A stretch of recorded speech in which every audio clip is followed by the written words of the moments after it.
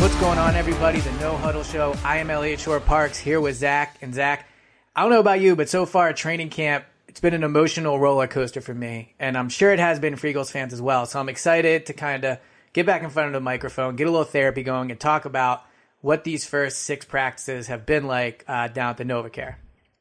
Yeah, this is my first training camp. It's been exciting to kind of get in the swing of things and die in that humidity that occasionally pops through.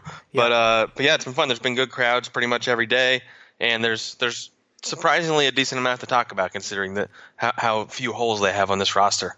Yeah, that has been one thing that's been a takeaway, like how talented this team really is. Now, obviously they have some holes, which we've talked about. I think backup offensive line's an issue. A lot of uncertainty at depth a lot of uncertainty at linebacker, but I do think there's some potential there. I think the secondaries looked really good. Defensive line obviously is good. I think they should be pleased with how the receivers have looked. I mean, not having Alshon out there, you have a little bit of an incomplete picture. But overall, it's looked good. But clearly, the thing we have to talk about, and this is what's been the emotional roller coaster, I think, is Carson Wentz. So, I thought you were going to say Jordan Matthews, actually. Oh, well, I have not yet released my official statement on the release of Jordan Matthews from the Patriots. But needless to say, my initial take on that is just the comeback will be televised elsewhere. It'll just make it it'll just make it a better story when he comes back from this too. So, no, in all seriousness, I hope he gets healthy and all that. Yeah. And my Twitter mention's already blowing up. So, don't worry, I'm well aware of the release of Jordan Matthews. But I think everybody told you at practice today. Yeah, it was basically breaking news across the field. All right. But here's why I think with Wentz so far, and I'm happy we're actually recording this podcast today as opposed to 2 days ago because Doug talked today, and I do think he did a good job kind of explaining what's going on if you take him at his word. So basically what Doug said, Wentz for the first 3 days of practice was doing a ton of drills, a ton of 11 on 11, even during hitting session, not hitting, but even during practices with pads on. He was working with the first team. He was taking almost around the same amount of first team reps as Foles. So everything seemed to be pointing up and like it was going to be fine.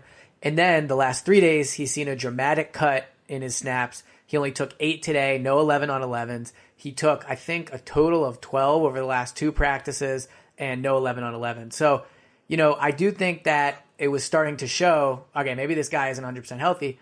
Doug talks today on Wednesday and says, you know what, I liked what I saw from him at the beginning of camp, but I just felt the need to pull him back. So what is your takeaway on just kind of what you've seen from Wentz, riding the roller coaster? Like, what's your opinion on all this? I still kind of lean towards him playing in week 1, but I'm maybe a little less sure than we were a week or 2 ago. But I don't know, it just seems strange because, the one thing Peterson's kept going back to is that they have a plan. He hasn't divulged what that plan is, so he could kind of say that to pretty much anything we ask him if you think about it. Right. And yeah, I just think it's a little suspicious that he got up to the point of playing 11 on 11 with the first team, and then all of a sudden they sit him out 3 straight days, but he's still doing some 7 on 7s and some other stuff. So like, is he okay enough to play? Is he not? Like, I guess he's limited right now is what they're probably going with, but right. I don't know. It's a little strange. I'd be more concerned if it keeps happening. If it goes beyond 3 days, then I think we could start like questioning what's going on. But maybe it is a scheduled maintenance. I'm not a doctor, so I can't really say. But yeah, I would say my percentage confidence that he's playing week 1 is lower, though I still think he's going to. What percentage are you at? Put me on the spot. Yeah. I don't know. I say I'm at 60% that he plays. Oh, wow. So you're much lower than me. So I'm at like 90% still. I was at 100% a few days ago. And the thing I think you'll learn about me the more we do these is like I can be pretty gullible when it comes to stuff. So to me, like I understand why you would be skeptical of what Doug said. But I do think it kind of makes some sense. Like, we saw him in 11 on 11s. There was that one moment, and Doug didn't say this, but there was that one moment where, defensive lineman got kind of close to his knee, and there was that. And he looked great, and we all agreed he looked great. And so it kind of makes sense if you're Doug. You're like, well, I know he's healthy. There's no reason to put him at risk to hits. And I think Doug thinks he's going to play in week 1. He said today, we can start preparing him later on. So I guess like it sounds silly to say, but I'm kind of like, why would they lie? Like, what incentive does he have to go up there and just make everything up? Like, I mean, if they actually think he's not going to be ready, they're not doing a good job setting those expectations. Because fair or not, what the public thinks about his ability to play in week one will dictate the reaction when he does or doesn't. And a large part of what dictates public's reaction to stuff is the information the reporters give him. And almost all the reporters have been saying, yeah, he looks great. He looks great. Doug himself agreed that you wouldn't be able to tell he was injured if you didn't know other than the brace. So the Eagles have not been keeping expectations down for Carson. But so it's kind of like today, why would they do that? So I do take Doug at his word. Maybe that's a dangerous thing to do, but I'm still high on thinking that Wentz will play. I mean, like I said, 90%, maybe if I really wanted to get skeptical, 85, but I'm much higher than the 60%. Yeah, maybe that was a little low, but I mean, I don't know. I just think you said, why would he lie? I don't even know if he necessarily would be lying because he has kind of said it's the plan, but by not revealing the plan, I think that gives him a lot of leeway to kind of go up there and kind of dictate where the conversation goes. And I don't know, maybe it's in part because Carson wants everyone to think that he is going to be back for week one and he thinks he's going to, and maybe on the Eagles end, I'm not trying to be a conspiracy theorist or anything. Right. But I just think there is a possibility he doesn't play week one. I mean, on the flip side, the Nick Foles hasn't looked great in practice. So I don't know if that means much, but yeah, I mean, it's going to be something that we're going to be talking about every day. There's going to be over-analysis each time he says something. Doug's getting increasingly frustrated when the questions are asked, as you could tell today. I think there were like 4 or 5 back-to-back. By the fifth one, way more than 4 or 5. Someone like tried cutting in with a different question, and then somebody else went right back to it. Right. But yeah, I mean, you could just tell his frustration that the questions keep getting asked. I'm not sure if that means anything, but yeah, this is just something that's not going to go away, even if Doug wants it to. No, I mean, if you're going to go off who should play in week one based off of just how they've looked in practice, I mean, then you're talking Nate Sudfeld. I think Sudfeld. I don't think Foles is. Joe Callahan's looking pretty good. Yeah, Joe Callahan's looked pretty good too. I think that today's practice for Wentz was better. I think he certainly had his moments, but when you start to look at Wentz just as a quarterback and not as recovering from the ACL, I just think how he's actually played, not taking his health aside, I don't think he's been great overall. Like he certainly has had some moments. But I don't believe that he's looked like that MVP from last year. So I do kind of think that he's going to need some reps sooner or later. I mean, whether that's before Atlanta, obviously he needs those, whether that's before the 3rd preseason game. But right now, I mean, he is not getting any reps with the first team. I have it right here. So Foles has done 90. He's taken 90 reps with the first team offense in 11 on 11. Wentz has only taken 11.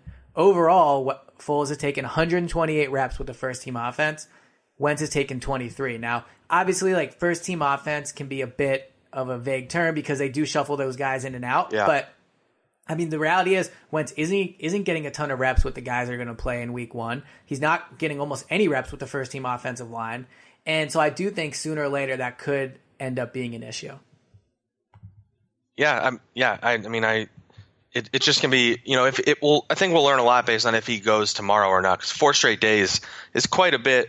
Yeah. Coming off of 3 straight days of playing more than he has these days, you know what I mean? Yeah, and Doug didn't rule it out. He was asked if Wentz won't do any 11 on 11s, and that's the funny thing about how they decide this stuff. So it's kind of like, all right, well, you don't want to risk Wentz to being hurt, and I understand he's recovering, but in theory he's 90% or whatever. All he has to do is get cleared for contact, but you do risk Foles out there who might have to start for you, and then he says, well, he might do 11 on 11s later. Doesn't really rule out when or would he, like when he might or might not do it.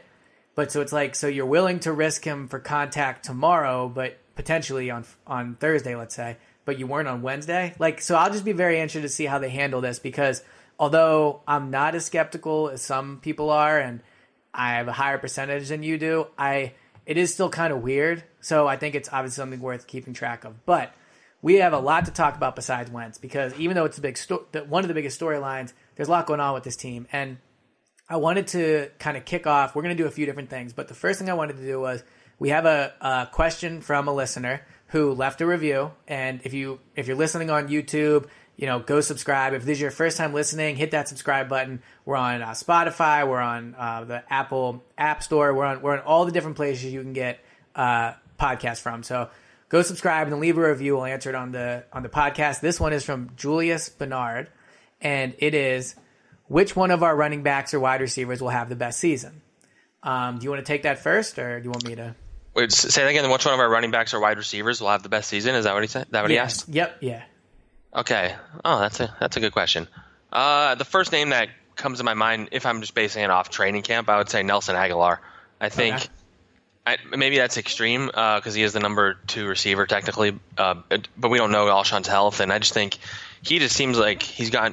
I mean, last year going into this time, could we ever have imagined that he'd be as good as he is? And he's kind of dominated at times. You know, he's had some. I know you wrote a little bit about this. He's had some battles with Sidney Jones. Mm-hmm. There was one catch he had where it looked like Sidney Jones was going to either pick it off or knock it down, and Nelson kind of reached over him and caught it anyway.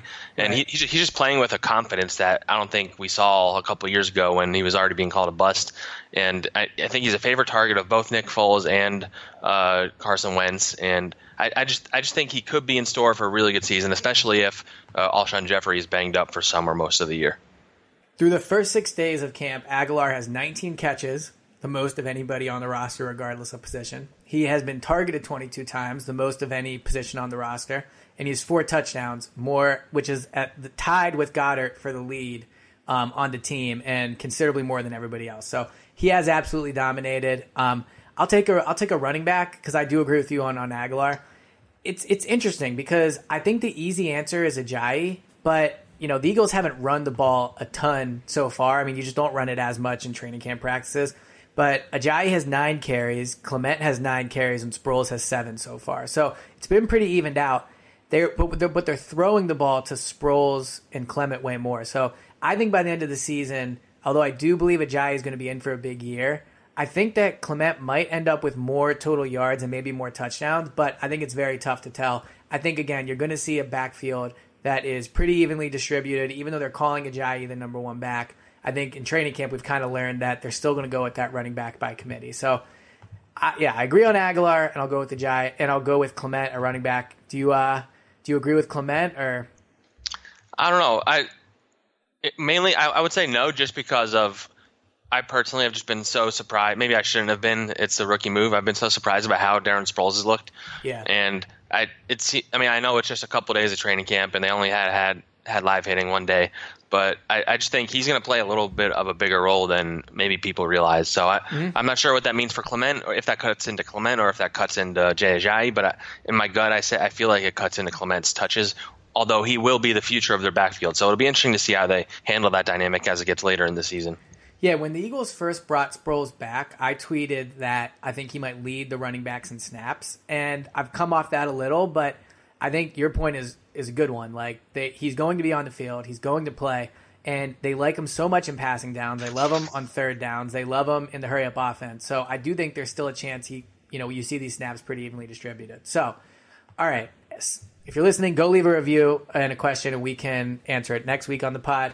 But now let's get into a little game of true or false. So how we're going to do this is I've come up with some questions, you've come up with some questions, and I'm going to ask you, and you say whether it's true or false, and then I'll let you know if I agree or not. And I think this will be a good way to kind of go through. I mean, there's been so much at camp to talk about, so I'm excited to get into it this way. So do you want to go first, or do you want me to go first? You go ahead. Okay.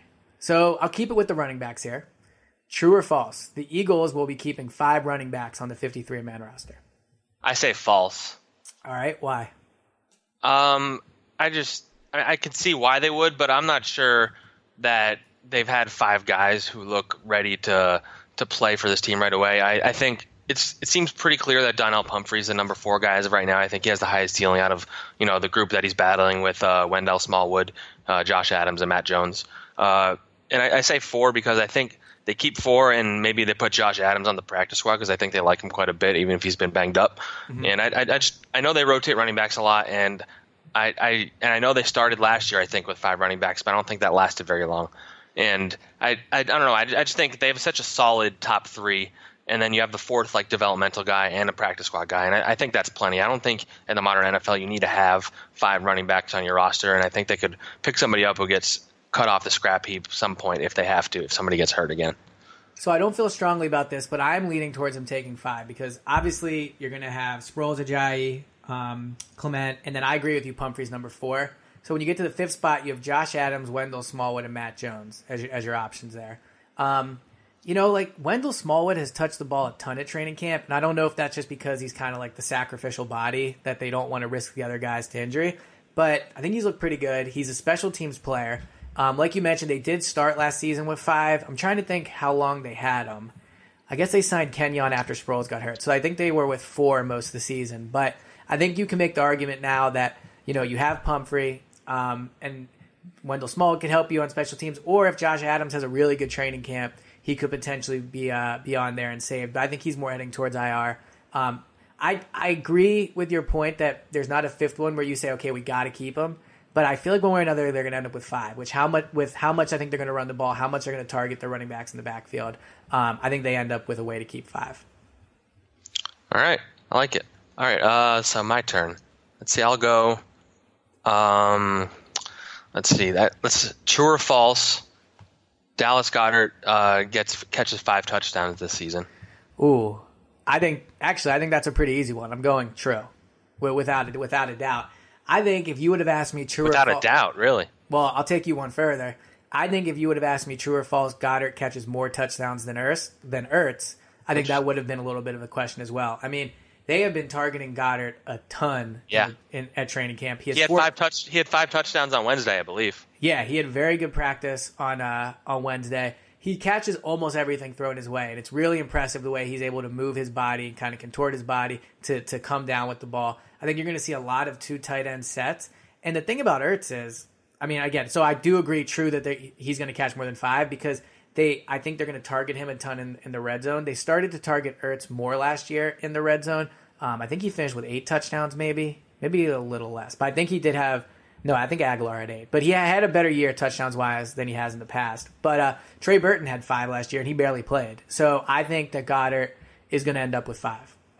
Over 5. So, yeah, I was going to say, yes, maybe I should have said a higher number, but it's interesting because, they haven't really had – they've had, multiple tight ends that are talented. They had Trey Burton and Brent Selleck the last few years, but they didn't really have, I'm not saying Dallas Goedert's elite, but they didn't have an amazing pass catcher as their number 2 guy for the last couple of years. And I just think he brings a different dynamic than they've had. And whoever plays quarterback to start out the season, assuming it's Carson Wentz, they just have weapons all over the place. And Goddard, Zach Ertz hasn't played a full season since 2014, so that kind of adds to it too. Yeah, I think by the end of the year, you'll be looking at Goddard as one of the 10 best tight ends in the league. I think he is going to have a lot of, big impact on this offense. I still think Ertz is going to be the best tight end in the league, but I think Goddard is going to be really good. So, all right, true or false?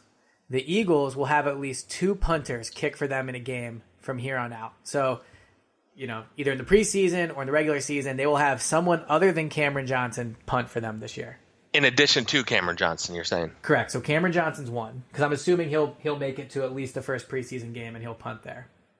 Yeah. Okay. If we're including preseason, then I'll say true, because through training camp, I haven't been very confident in what he brings to the table.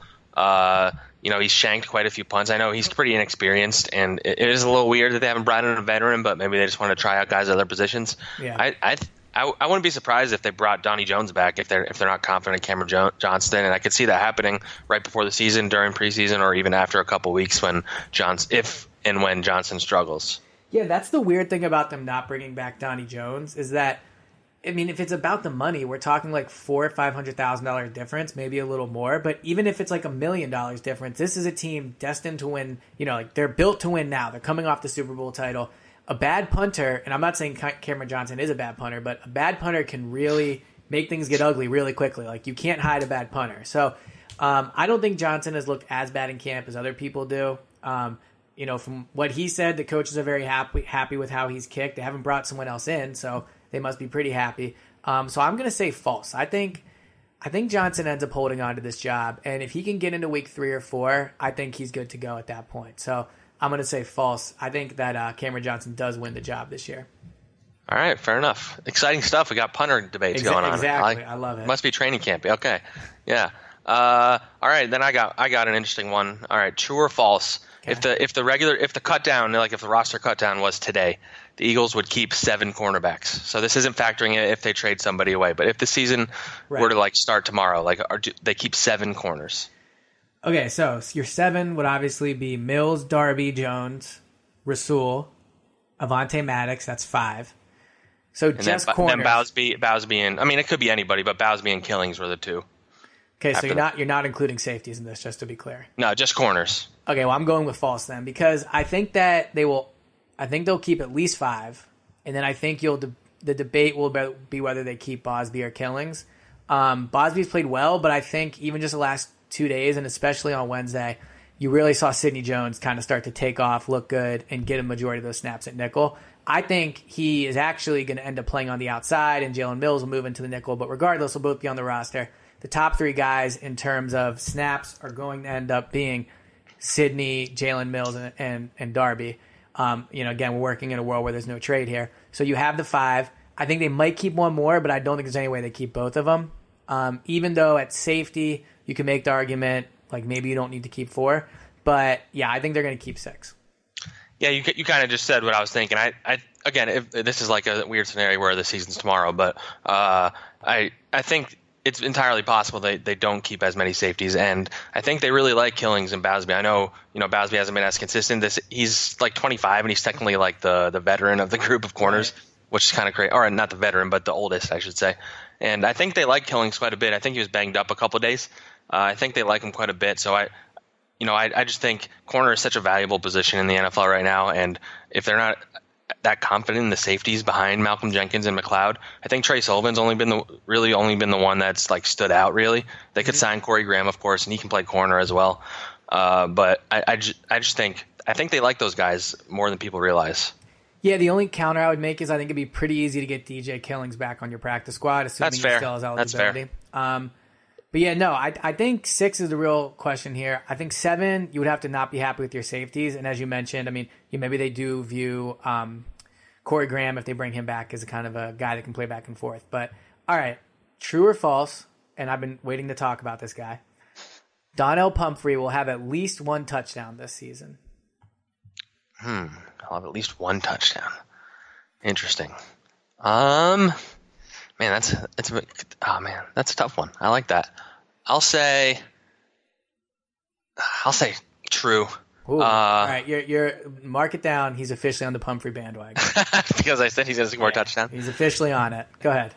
I mainly say that it might take a while, and I don't think he's going to get any snaps for a few weeks. But running back is a position where guys get hurt. That Jay Ajayi has had some knee issues in the past. I don't think he's actually technically missed games in the NFL because of that, but he does have some knee concerns. Clement has never had like a full workload before in the NFL. At least he had quite a few carries in college, but it's a little different up here. And Sproles is coming off some serious injuries. As much as he's a freak of nature, he is still 5'6" and 35 years old. So the only reason I say yes is because I think that Pumphrey could get some touches in a game, if not an extended stretch, when a guy or two gets hurt. Not because I think he's going to play a lot out of the gate. So my one little piece of information I picked up that I'm going to blow way out of proportion and end up trusting too much is Pumphrey told me that they're telling him he's going to get time at slot receiver this year. Now, that doesn't mean he's going to replace Aguilar, but I think they mean more. They're going to take him out of the backfield, line him up as a receiver, maybe even if you have 4 receivers or whatever. But I think they're really going to look for ways to get him involved in the passing game. And he's looked good so far catching the ball. Again, with running backs, it's kind of hard to tell because in training camp, they're not really hitting, even when they are hitting. Exactly, yeah. So it's hard for me to say, he's making guys miss. But I do think he's been pretty elusive with the ball in his hands for given the circumstance. But I think more what it is if he makes the roster, Doug is so good at game playing to people's strengths. I think Pumphrey, look, I don't think he's an amazing between the tackles running back. I don't think he's ever going to be a guy that you can make your number one back. But he does, without question, have some skills. And he is a fast guy. He can be elusive, and he has good hands. So I think if Doug can game plan a way to get him in some space, the Eagles are going to win a lot of games this year. They're probably going to blow some people out. I'm taking the over on one or more touchdowns for Donnell Pumphrey. I just think that he's an improved player. I don't think the Eagles want to give up on him, and I think that they're going to find a way to kind of work him into the offense. Yeah, that's fair. All right, let's see. What do I go with? I'll go. Let's see here. True or false? Brandon Graham and Timmy Jernigan are not playing Week 1. So both of them. They're both not playing. False, because I think Brandon Graham will play in Week 1. There was even a report, I believe, from D. Gunn of Comcast that he's eyeing the third preseason game. I would be surprised if that happens. He hasn't even practiced yet. But I think Graham will play. Mostly because I think he'll be healthy, but also because this is a contract year for him. I mean, he needs to kind of show he's healthy. Playing 16 games is always a nice thing for an agent, people to tell a team that your player just did. So I think it's important to him. I don't think Jernigan's going to play. Like, I know I've been kind of doing a conspiracy theory that he might, but Doug Pearson earlier this week was asked, like, do you think Jernigan's going to play a role for you guys this season? And he said it was either I don't know or I hope so. But it was not like, oh, yeah, he'll recover and we're really counting on him. He was pretty vague about it. So I don't think Jernigan plays in week 1, and I now do think he'll start on the pup. Yeah, he hasn't even been on the sideline when we've been out there, actually. Right, the only injured guy that hasn't been. Yeah, which is interesting to me. But I say, what was it I said that they both don't play? I think they that both don't play. As of right now, I kind of think that's true. I think that, Brandon Graham didn't play at all. I know he's a veteran, and I think the contract year thing, I think you could argue even a flip side of that where he doesn't want to rush back and hurt himself and miss more games. So if he's not ready by week 1, I could see him wanting to sit out one more game and playing week 2 and the rest of the season. I just think it's really hard to go an entire off-season training camp and preseason without getting any real practice snaps and hitting and playing on his injured ankle, which I know he did a lot last year, but it's different after surgery. So I think it's increasingly possible that he doesn't go week 1, and I don't think it's that big of a deal because of how deep they are at defensive end. Like Michael Bennett he's been playing with the second unit quite a bit, and he's kind of destroyed a lot of guys there. Right. No, I agree. He's looked good. I think Josh Sweat has looked good. Obviously, when healthy, I think Graham is the best defensive end on the roster, even better than Michael Bennett at this point, and Bennett's pretty good. But, your point is fair. Like, yeah, maybe you want to say you play 16 games, but it's more important that he ends the season healthy and that he has a good year. So, all right, I have a few more. Let me think of which one I want to pick. We haven't really. Okay. True or false? Shelton Gibson will end up being a better NFL wide receiver than Matt Collins. I already know where you're going to go with this. I'll say false. Gibson has shown quite a bit this camp, but this is still camp. I mean, he struggled quite a bit last year. Maybe he has a Nelson Aguilar sort of path to him going on, but I think I'm a little higher on Matt Collins than you are. I don't want to put words in your mouth. You can talk about that in a minute. But I just think he has some athleticism. He's fast. I know he hasn't shown that he's going to become a star or anything. And there's clearly a reason why they brought in all these receivers. Maybe they don't trust him quite yet. But I think he could be a pretty good player. And I'm not entirely convinced that Shelton Gibson's going to keep this up when he actually gets in games. I think that's fair. I think it's fair to be skeptical of Gibson. But my take on this, which is I do think he will end up being, is like, I just don't see the Matt Collins hype. Like, I don't get what people are so impressed with. So, again, tracking every catch in training camp, he's been thrown at 19 times. He's only caught 10 of them. That's probably, I'd have to go through every guy, but I think that's the lowest percentage of catches to targets other than Greg Ward, who used to be a college quarterback. He's got 3 drops, the most on the team in training camp. And even last year, I think people wanted to be excited about him, but Torrey Smith was bad for most of the year, and Hollins really couldn't take those snaps over. I know he had the long touching out against Washington, but he never really became that guy, even though the Eagles had every reason for him to become that guy with them knowing they were going to move on from Torrey at the end of the year. So I think Shelton Gibson actually, I don't think Matt Collins has any elite skills. And in the NFL, I'll always remember this. G. Cobb, Gary Cobb, former Eagle player, when I was interning with him, said, when you're in the NFL, to make it, you have to be elite at least one good thing. And I don't think Hollins is elite at anything. I think Gibson has elite speed, and now you've seen where he's doing a better job catching the ball. He's making more and more plays. So I think Gibson ultimately will end up being a better wide receiver than Matt Collins. I think, I agree. I don't really understand. It seems like it's calmed down a little bit since he hasn't really been talked about. I never understood the hype for Matt Collins either. But my answer more comes from the angle of I'm not quite as confident in Gibson as you are. Mm-hmm. No, I agree. Look, like I said, this is more anti-Hollins than it is pro-Gibson. But like I said, Gibson can at least make plays behind the defense. Now, I know Hollins had that long catch last year, but I don't think it'll be something he'll be able to keep up. So we'll see. But Hollins is now going to have 9 touchdowns this year. But I am just not as big on Hollins as other people. So, all right, I believe you are up. Yeah, I'll go. Not like a wild one or anything, but I'll say true or false. Destiny Vallejo is the starting defensive tackle next to Fletcher Cox in Week 1. I'll go true, and I think that's surprising because why is Lodi Nada not getting first team snaps at training camp? I know it's early, and maybe this is an overreaction, but I mean, this guy can't line up. Like, he's been with the team as long as the other free agents have. I know he hasn't played, and he missed a lot of the offseason because of the injury, but learning the playbook shouldn't really impact that, his injury status, and he's a veteran. So even though he's taking 11 on 11s, he's taking part in almost all the drills, Destiny's still getting those reps, and I think that's weird. I think maybe Nada ends up getting the honorary start, but I think at this point, Destiny will play more snaps in Week 1 than Haloti Nada. Yeah. You're saying he's going to play more snaps in Week 1, not even just start over him.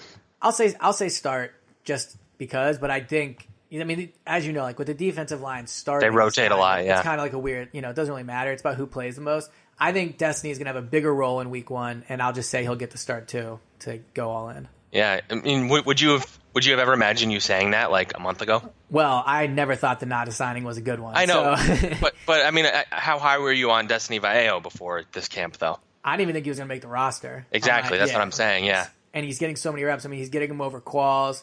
And then, outside of Qualls and Nada, there's not a ton of depth there at defensive tackle. No, but it's kind of a problem, I think, actually. Right, but it's not like Destiny has some amazing NFL resume. I mean, like Aziz Shitu, who's some other guy, Bruce Hector, guys like that. I mean, they do have guys that they have as much invested in as Destiny, and Destiny's getting the snaps. But, yeah, I think Destiny, it's hard to tell with defensive tackles, but obviously they seem to like what they've seen so far in camp because they haven't promoted Nada. And, yeah, I mean, should have re-signed Bo Allen. I said it at the time, say it again, that was a mistake. So we shall see. All right, I am up. I don't want to go with the Carson Wentz thing because we already talked about that. Okay, true or false? The Eagles will trade for a backup offensive lineman prior to the start of the season. Interesting. I want to say true, but I'm going to say false. As much as I think people are pretty down on Chance Warmack and Isaac Samalo especially. On the flip side, they've become really high on Matt Pryor. I think the coaches really like him. He's impressed me quite a bit. I think they cut Chance Warmack, and I think they keep Samalo and Matt Pryor. And you might call me crazy, but I wouldn't be surprised if they kept Taylor Hart, even if I'm not 100% sure that he's that good of an NFL player. They seem to irrationally love him. So he lives on. He lives on. Man, if he just keeps living. If he is on the roster and is a healthy scratch all 16 weeks, I kid you not, he should be in the Eagles Hall of Fame. It's unreal. His ability to stay on this roster. And honestly, credit to him.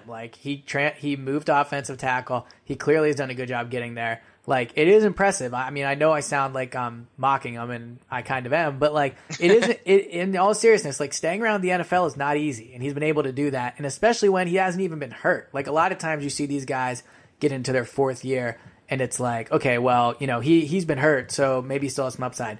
Hart's never really been hurt. Maybe minor injuries here or there, but he has been inactive, more games than he's played. So it's just crazy to me. And maybe they will keep him. I think you're right. But I'm going to go true just because I think, man, Isaac Seumalo has not played well. And more than just not playing well, I've only seen him get reps at center. So they're not even giving him reps at guard or tackle. I think Matt Pryor at this point is definitely going to make the roster. He's played guard. He looks like a player. He looks pretty good. Yeah, he can play tackle. He played that in college. Again, with backup offensive linemen, the key is versatility. Taylor Hart doesn't bring that, and Chance Warmack doesn't bring that. And neither of them, Warmack has never been a good NFL player. So it's not even okay, well, I have Warmack. It's more of a Jeff Stoutland thing that he likes him a lot kind of thing, I think. Right, and you already have a backup tackle in Vaitai that can play either side. So I don't really see the reason to keep Hart. I think Howie's probably itching to make a trade. I think he correctly really values offensive line. I think they have some tradable pieces. They have a lot of draft picks. And I think getting a guy as a backup that can maybe play multiple positions, a guy that will learn pick up offensive quickly will be extremely helpful to this roster. So I'm going to say true. All right. You say true. All right. Then I'll go let's see. I'll go in a similar direction. True or false, the Eagles sign a safety before the start of the season. Okay, well, obviously they have Jenkins and McLeod. To me, I think Maragos is going to start the season on the PUP. I've been thinking that too. Honestly, it wouldn't surprise me if they just kept him around all year to rehab, paid him $1 million to be like a coach, and he doesn't count against the roster. I think he was voted a team captain last year. Everyone really values him in that locker room, but I just don't think he's going to be healthy in time. He's not an amazing backup safety, and if his speed isn't the same, he might not be the same special teams guy. So I don't think he's going to count for a roster spot. So you have Jenkins, McLeod, and then I think Trey Sullivan has been getting some reps in 3 safety sets with the first team defense. I think he's looked pretty good. They like him. I mean, Ryan Neal, a guy, an undrafted free agent, they did bring him in for an official visit. I mean, he would have to have a pretty good training camp. I do think they keep 4 safeties. I don't think there's a clear option at 4th, assuming Maragos doesn't play. So I'm going to go ahead and say they do sign a safety, and that safety is, of course, Corey Graham. Had they signed Graham yet at this point? Because I think it was in August last year, right? Yeah, I think it was definitely in August, but it was a little later than this. I think it was probably after August 10th. So yeah, I'll look that up after we're done. But cool. Yeah, I mean, but there's a part of me that wants to say it's weird that why wouldn't they have signed him yet? But maybe he's a guy that just prefers to skip a bunch of practices just so he can rest his body or something. Yeah, and they haven't given out his number 24, which he wore last year. Yeah, there you go. A pretty desirable number. I'm sure people have asked about it. So yeah, it's a little interesting they haven't done that. But yeah, I mean, I think they do.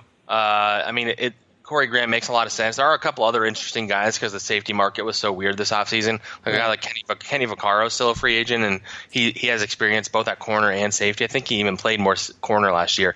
So, I mean, I think that's like you said, they value versatility over all other things unless you're elite at a certain skill. So, I think Corey Graham obviously brings that. He played both last year. A guy like Vaccaro, maybe a guy gets cut from another team and roster cut downs or something. And I think it makes, unless they really love like Jeremy Reeves or Ryan Neal or something, which I don't know if those guys are ready to play in the NFL right now. I think they signed somebody. So I guess this is the first one we agree on. All right, there we go. And that'll be the last one too. So we're done with the true and false. Before we wrap this up, any other random opinions, takes you've had from the first 6 days that we didn't get a chance to address? You kind of touched on him a little bit, but I'm blown away at what Josh Sweat looks like. I just think, all right, I'm not saying he's looked like a star in when he's played, but just physically the way he moves at that size, if he has knee issues and he still moves like that, I think this dude might be like the steal of this year's draft. They don't need him. They won't necessarily need him to play right away this season, but he might anyway if he forces his way onto the field in occasional passing situations. And I just think they have the future of their defensive ends in Derek Barnett and Josh Sweat. And if he can really prove to be as talented as he's supposed to be, it becomes even increasingly less likely that they keep Brandon Graham beyond this year. Yeah, to me the thing that's wild about Josh Sweat is when you look at him. This guy is the prototypical thing people want from their defensive ends. I mean, long, tall, fast, really quick first step off the ball. It's just so wild to me he fell to the 4th round over this knee issue. I'm not a doctor, I don't know, but the knee issue we're talking about was 3 years ago, and he's only missed 2 games since then, one of which because of health. So, like you mentioned, steal the draft. It's so weird to me he fell. I know his sack totals at Florida State weren't great, but you know how people with the draft can get so wrapped up in how guys look and the physical aspect of it. I am surprised he didn't go earlier. And I agree with you. I think he's going to be a good player for them.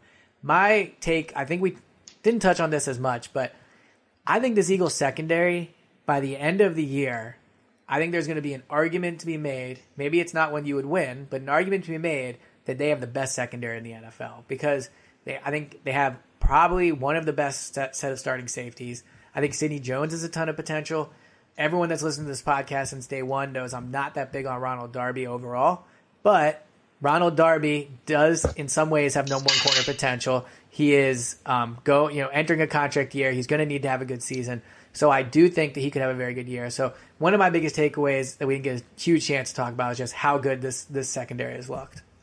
Yeah, I think Jalen Mills, I know you always get a lot of flack when you compliment him on Twitter. I guess he's one of those. He's like a Robert Covington type around here, I guess. Yeah, but it's irrational, but yeah. Yeah, but yeah, no, I think it's the way you phrased it. By the end of the season, I think that's smart because I still think people are getting a little ahead of themselves on Sidney Jones coming out week 1 and shutting people down. I think it's going to be it's going to be an adjustment. Like this dude really didn't play in the NFL last year. I think he's very talented. I think by the end of the year he might be their best corner talent-wise. But yeah, I don't think at the start of the year I'd agree with you. But I think by the end I could definitely see a scenario where I don't think they're necessarily going to be the best secondary, but one of the 5 best in the NFL, certainly. Yeah, I mean, hey, first week Falcons. That's a tough matchup. I mean, for Sidney Jones, they're good receivers, and I love the fact we're talking matchups. It's that close. Football, I think, is less than 40 days away now from the season opener. First preseason game's pretty soon. First preseason game is a week from tomorrow, which is wild too. So there'll be plenty to talk about then. We will be back with another episode before the preseason game, and then definitely one afterwards with our post-game pod that we always do. It'll be your first post-game pod, so you will get to see where we record in Lincoln Financial Field. So start getting excited. So, all right, thanks everybody for listening. As I said, we always appreciate people that subscribe, so go ahead and hit subscribe. And if you ask us a question in the comment section, we'll make sure to get to it. And Zach, I will talk to you soon. All right, sounds good.